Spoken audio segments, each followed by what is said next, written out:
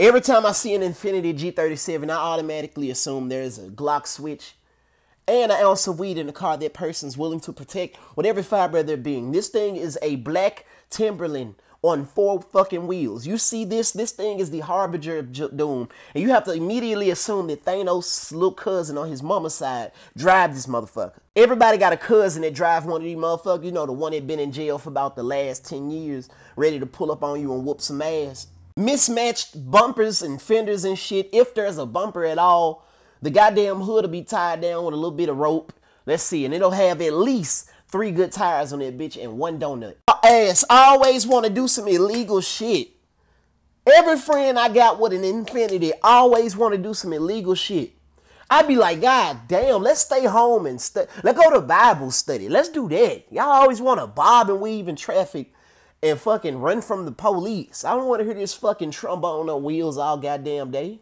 I hate these cars with a passion. I feel like everybody that drives these conveniently have pocket change on them when you at the store. Damn, man, I'm short 50 cents. And they conveniently be right behind you here, man. I got you. Hey, man, hey, look, I'll get that right there. This whole picture, black Air Force One energy. I'm talking about the people that drive these be doing Mach 20 billion on the E-way, racing Hellcats and shit. I'm talking about, like, if they could, they line up with a SR-71 Blackbird and possibly beat that bitch by a fender. A Michelle, a Kiara, a Jasmine, and a Tasha always drive these goddamn things. Interior always sticky no matter what sex drives this thing. Male or female, is always fucking sticky and smell like musty lizard nuts. Damn, man, who the fuck been cooking?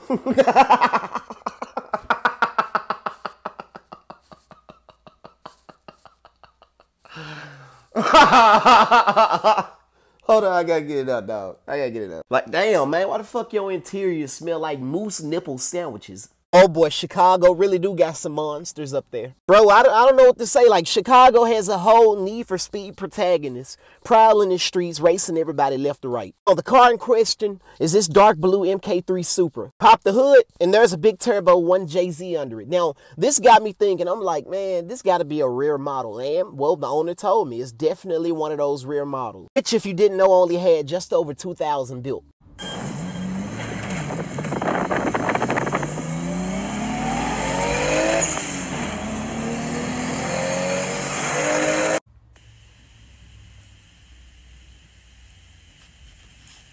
The 1JZ is the 2JZ's sluttier older cousin. Is the 1JZ as strong as the 2JZ? Absolutely not, but I will say it's stronger than a pimp's backhand. S550 Mustangs, your all-wheel drive GMCs with the biggest turbos on them do not hold a candle to this MK3. I know for a fact he'll give you Scat Pack guys a run for y'all money.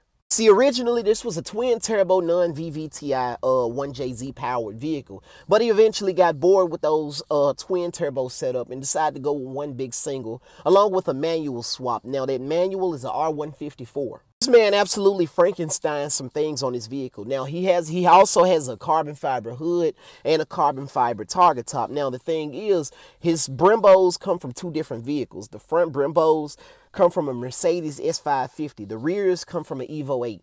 This thing sounds like a virgin MILF having her first orgasm. What we have here is a Dolph tribute car. Pop the hood and there's a fully built LSA engine under it. Bro, this thing's sexier than a nun with love handles. This is another car that all the old heads want an arm and a leg for.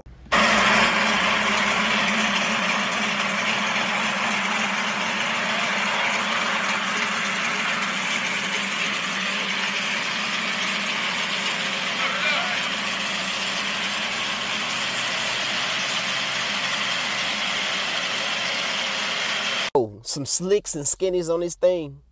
Bro, you'll take off faster than a chick when the Beatles do. Only concern with El Caminos is it not having enough weight in the back. Unless you push the engine back maybe an inch and a half, 2 inches. People be thinking LS swaps are easy. You just go get an LS. You go get the engine mounts. You go get the transmission you want to use. Get your drive shaft made or a custom one made if you ain't reusing the old one. Then you got to figure out what gears you're going to run and what rear end you're going to use. Along with what electronics you're going to run with this, you know, use to run the engine and transmission and stuff like that.